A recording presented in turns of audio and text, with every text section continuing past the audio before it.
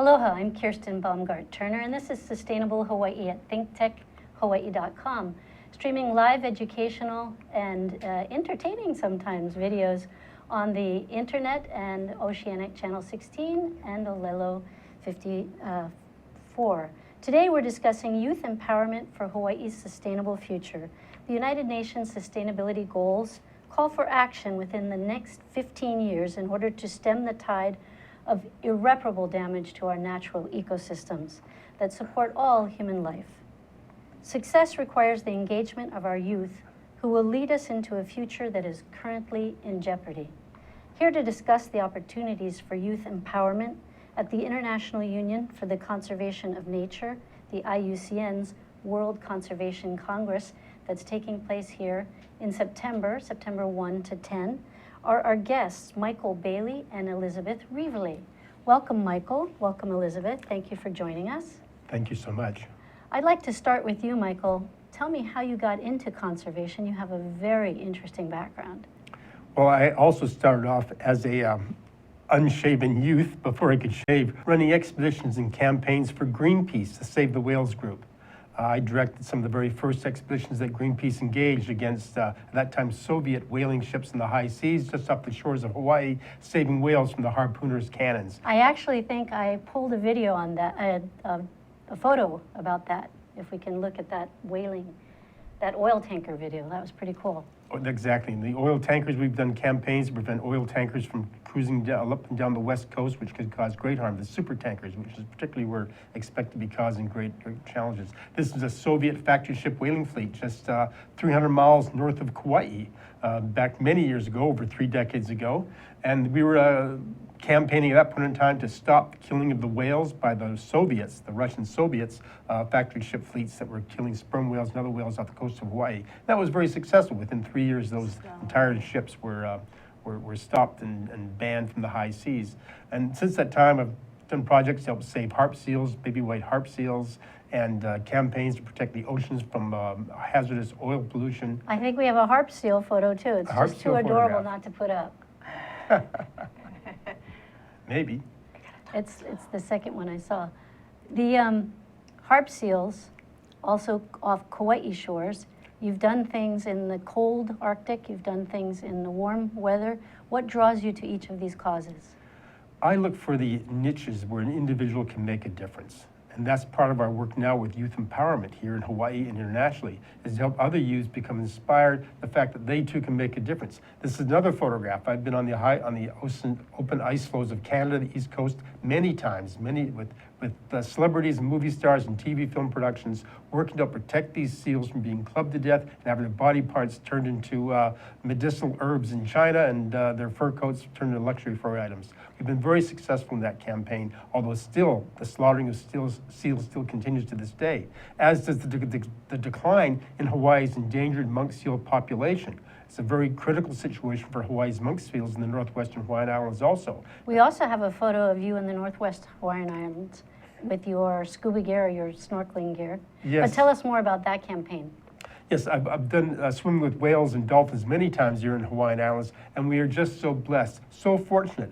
Virtually every day of our lives here on Oahu or any of the islands, we can have a National Geographic experience. We have seals and sharks and dolphins and turtles and beautiful fish life and exotic endangered species of plants, birds, and insects. And I think you brought us a video about the Northwest Hawaiian Islands wildlife. I do have a short clip on that, as a matter of fact. I think it's a couple of minutes long or so, on an expedition we did a number of years ago from Hawaii, Oahu, out past French frigate shoals to help survey dolphin populations and save sea turtles. And yeah, let's see that video. Yes.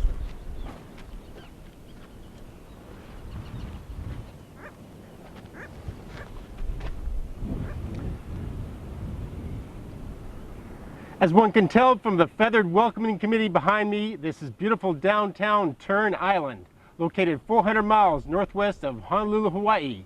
Come aboard today the research vessel Algrita as we cruise Turn Island, French frigate shoals, and other areas of the northwest Hawaiian Islands in an effort to protect endangered species and our marine environment.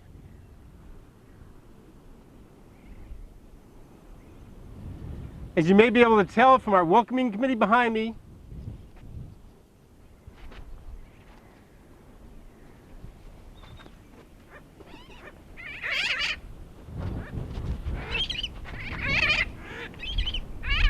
As you may be able to tell,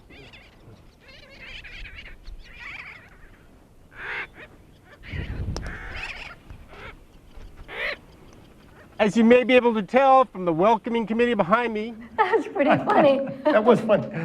So we grabbed the uncut B-roll of the great northwestern Hawaiian Islands. That indeed was taken up there in the northwestern Hawaiian Islands, where there's beautiful seabirds, as we can see, and they're a very threatened habitat for birds. It's amazing what happens when we have nature intact without human distraction. You can be with birds, as you saw there. They were not afraid of me. Those birds said, "This is my island, this is our turf. Whoever you are, we are not afraid of you." And that's the way human beings really should have, ideally, our relationship with nature and the world at large. So what brought you to Hawaii? What helped you focus from your work on the mainland and overseas to look at our islands? Well, I came here actually to run projects and expeditions to help save whales and dolphins in other parts of the world. And Hawaii, being the hub of the Pacific Ocean, it was an ideal landing pad for that. And at that time, there was pirate whaling operations happening in Taiwan, around Indonesia, other parts of the world. And also engaged whale watch operations on Maui to help people become enamored with whales and dolphins. And through that and through other experience, I basically became also a television producer myself, running projects and expeditions, filming whales, dolphins, wildlife, seabirds, as you saw in that. Is that what Planet Views is? That's what Planet Views is, planetviews.com and planetviews.org for the World Conservation Congress that we're working on. Planet Views does wildlife, nature expeditions, projects, education, yes. So let's look at what's happening with the IUCN, the International Union for the Conservation of Nature, and the World Conservation Congress that's coming to Hawaii. We have the promo video from the website of the IUCN that tells us about their work. So can we look at that briefly? Yes, this is for the World.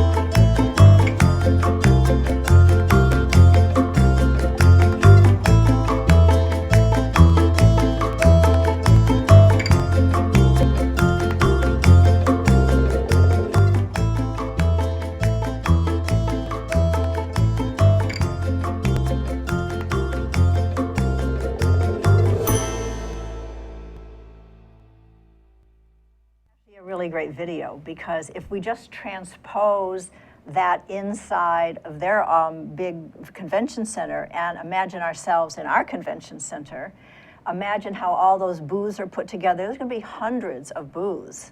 And so, you know, go ahead, Michael, you know, comparing those two. Or tell us what that Parks Congress was about and how it might relate to the World Conservation Congress. The International Union for the Conservation of Nature, which is headquartered in Glan, Switzerland, is the organization that actually convenes the World Conservation Congress. And they also support and convene the World Parks Congress, which happens every 10 years. This one happened, the video you saw there, came from Sydney, Australia in November 2014. And that was we brought that into the studio today so that our public, so our Think Tech Hawaii public, can see what's going to happen on an even larger scale at the Hawaii Convention Center. The World Parks Congress brought together 3,000 to 4,000 people.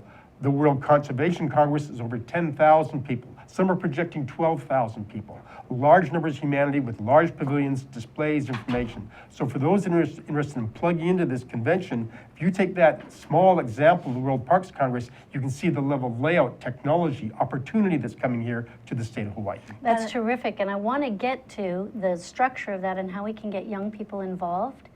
But let's look at what the IUCN is and why they're doing this Congress, and then let's get into some of those structural and participatory aspects. So if we can, do we have that IUCN? The significance of this is incredible. I mean, this is a game changer for Hawaii. To have the world convene here, 160 countries, up to 10,000 delegates for 2 weeks, is unprecedented in terms of global meetings, in terms of the exposure that we'll get here in Hawaii. And it's really, really important because Hawaii is a global leader. And yet we're not acknowledged in terms of the conservation work. We're recognized globally for the incredible endemism and unique species that we have here, things that are found here and nowhere else on Earth. We're also known globally as perhaps one of the extinction capitals of the world, or as a global hotspot. But the work that we're doing to mitigate that, and the work that we're doing to conserve not only our natural resources, but the cultural resources, and a combination of cultural practitioners and Western science coming together to create cutting-edge conservation programs is really something that the world needs to hear about, and this will give us that opportunity.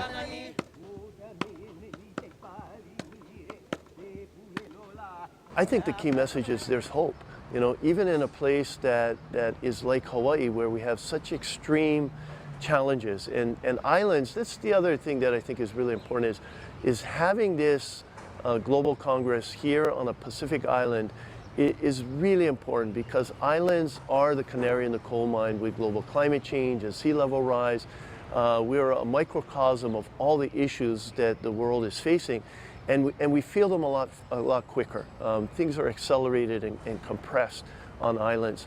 And so even in Hawaii, where we have these extreme challenges, we're seeing tremendous progress and we're seeing real hope. And I think the world needs that, because there's so much at stake right now in terms of conserving our global biodiversity and cultures and languages.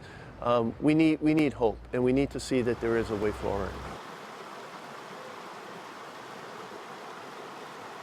Agreement, the hosting agreement we have with IUCN, it's a three-party agreement. So it is the United States, the U.S. Department of State is one of the parties, but really the focus is on the state of Hawaii. And I think you're right, it is significant. It's significant not only for the reasons that we've just talked about, but because Hawaii is geographically and culturally part of Polynesia, but politically we're part of the United States. For it to come to Hawaii is really a vote of confidence and a vote of recognition for Pacific Islands and Pacific Island nations.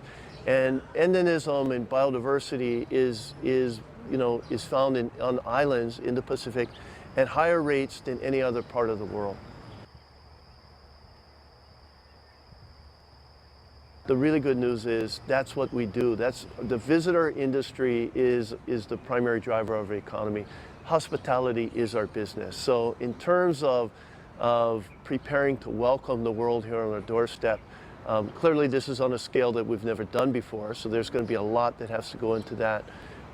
But I think that's a pretty straightforward part of it, actually. What I'm really excited about is what this will mean for the conservation work we do in Hawaii. People like agencies like the National Park Service that will be celebrating their 100th anniversary and their national parks here. What will our conservation community do? What will our state do to put ourselves on the very best foot forward when the world is here? And I think it's going to leverage conservation over the next 18 months in a way that we haven't seen before. What takeaway would you hope the people of Hawaii, the individual citizens of Hawaii, will take away from this opportunity once it's out? Great question, Dan. You know, the preaching to the choir, I think you're right. You know, for those of us deeply embedded and involved in the conservation community, it's our life, and we end up, you know, we have a peer group that we talk to on a really regular basis. But if you go out to the general public of the million-plus residents of the state of Hawaii, conservation may not really be a household word.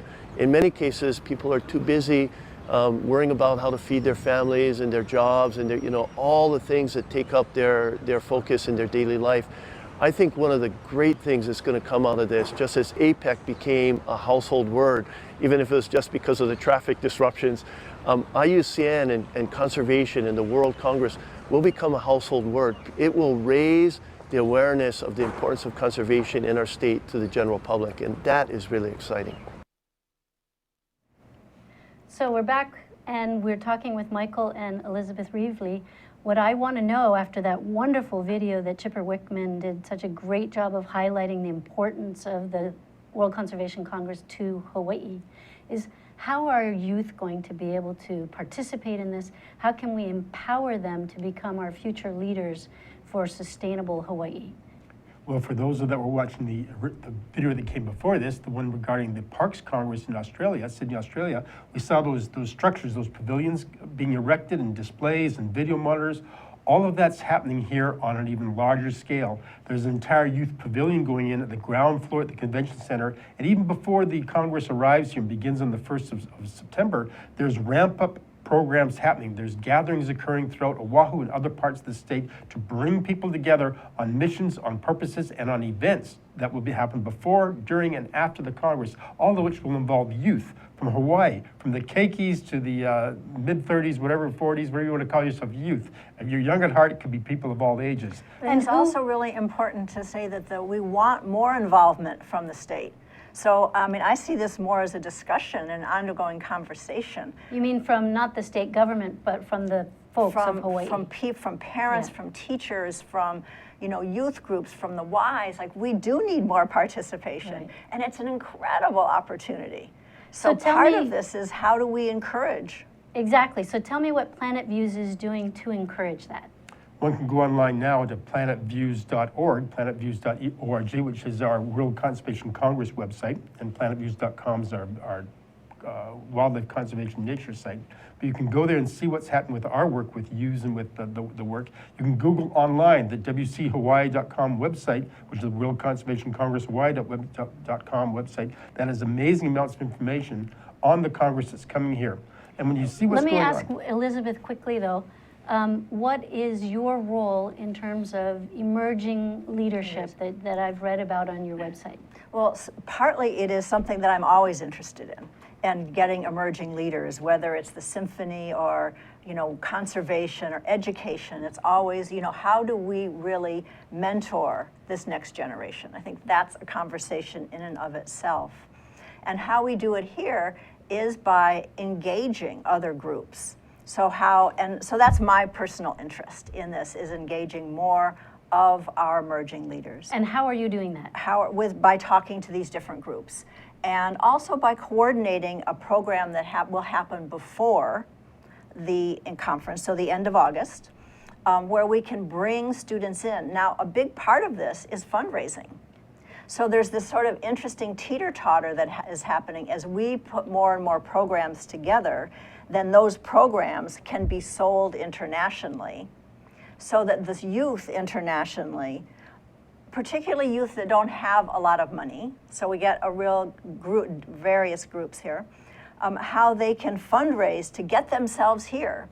And then that program can be solidified more, and then more things can be added on. So it's almost more with starting with a core, and then as more time goes on and more people become involved, then more funds can be raised, and then more people can get involved. So it's an interesting kind of growing from grassroots. When we come back from the break, I'd like you to tell me more about the program you're referring to that starts before the World Conservation Congress, and let's talk to our audience and tell our youth how they can get involved in that and what it's about.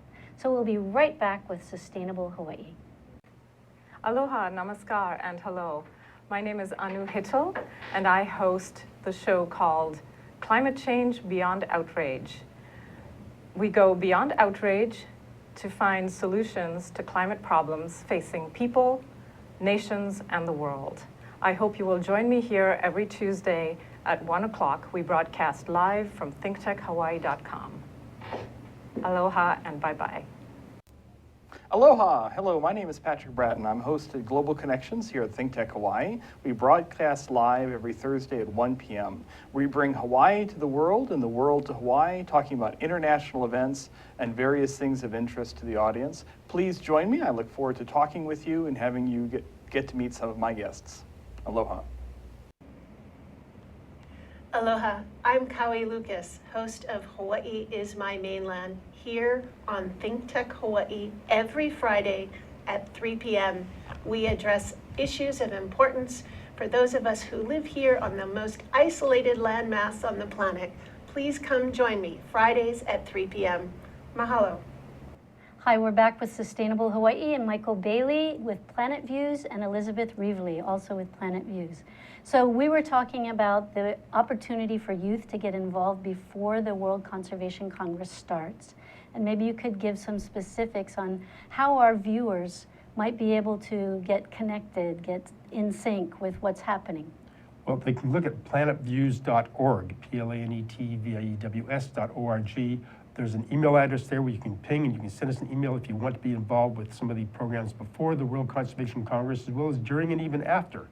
And part of it involves youth and young people's leadership development, as well as simply connecting with the youth and the children of Hawaii, both.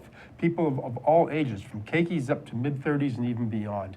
Now, we are helping directly work within the IUCN to help bring in young leaders, emerging leaders, to Hawaii to do leadership development and to do working with technology, digital media technology, to help create audience and create messaging and create movements and successful efforts to help protect nature. So are these going to be some actual workshops that students can get involved in, or young professionals can get involved in? That's exactly it. People of different ages can become involved with the workshops and different programs that are happening. There's a specific program happening involving the young professionals from the IUCN's World Commission on Protected Areas, the WCPA. They will be arriving working specifically on how young professionals, people who've are maybe been graduated through university or in college, that are working towards conservation or media or some other aspect, that they can become empowered and use their tools. There'll also be other programs dealing with keikis and teenagers, high school students, whatever, that will also be developing before the Congress where they can get involved. And this is a chance for local students and local youth to get involved with the international community. So Elizabeth, are these workshops and events that you folks are helping to organize actually structured under some of the commissions or committees within the World Conservation Congress? I think these are more designed of what we see as important. And we would actually encourage people to call or write in. Because, for example, later on we're meeting with the HPU Student Council, because they actually called us to see how they could get involved. So we'd like to have more people, want to be involved, and so it's really a two-way street. So some of the commissions that are part of the World Conservation Congress are the Commission on Education and Communication. I would think that's one where we'd certainly want to see teachers, publicists, and students who are involved in those things. The Commission on Environment, Economic, and Social Policy, the Commission on Ecosystem Management, and there's also, of course, a Species Survival Commission, and then the World Commission on Environmental Law, and the World Commission on Protected Areas. And that's the one, Michael, that you had been involved with, you mentioned just now. Is that also part of the World National Park Systems? Is that what protected areas means? Exactly. Parks comes under protected areas just by its very nature. And in addition to that, we are collaborating with members that are leaders of the young professionals body that are part of that. We're helping support them as far as some logistical support for coming to Honolulu, Oahu. And there's other members too. For example, Hawaii Pacific University is a member of the IUCN. The Richardson School of Law at University of Hawaii is a member of the IUCN through its law program, through its law commission. So there's different avenues of approach. Educators are more than welcome. Students, teachers from across the state, not just Oahu, but across the state, are invited to participate. So one of the things that students can do, or young professionals can do, is to go onto the website for the World Conservation Congress. You can just Google WCC Hawaii.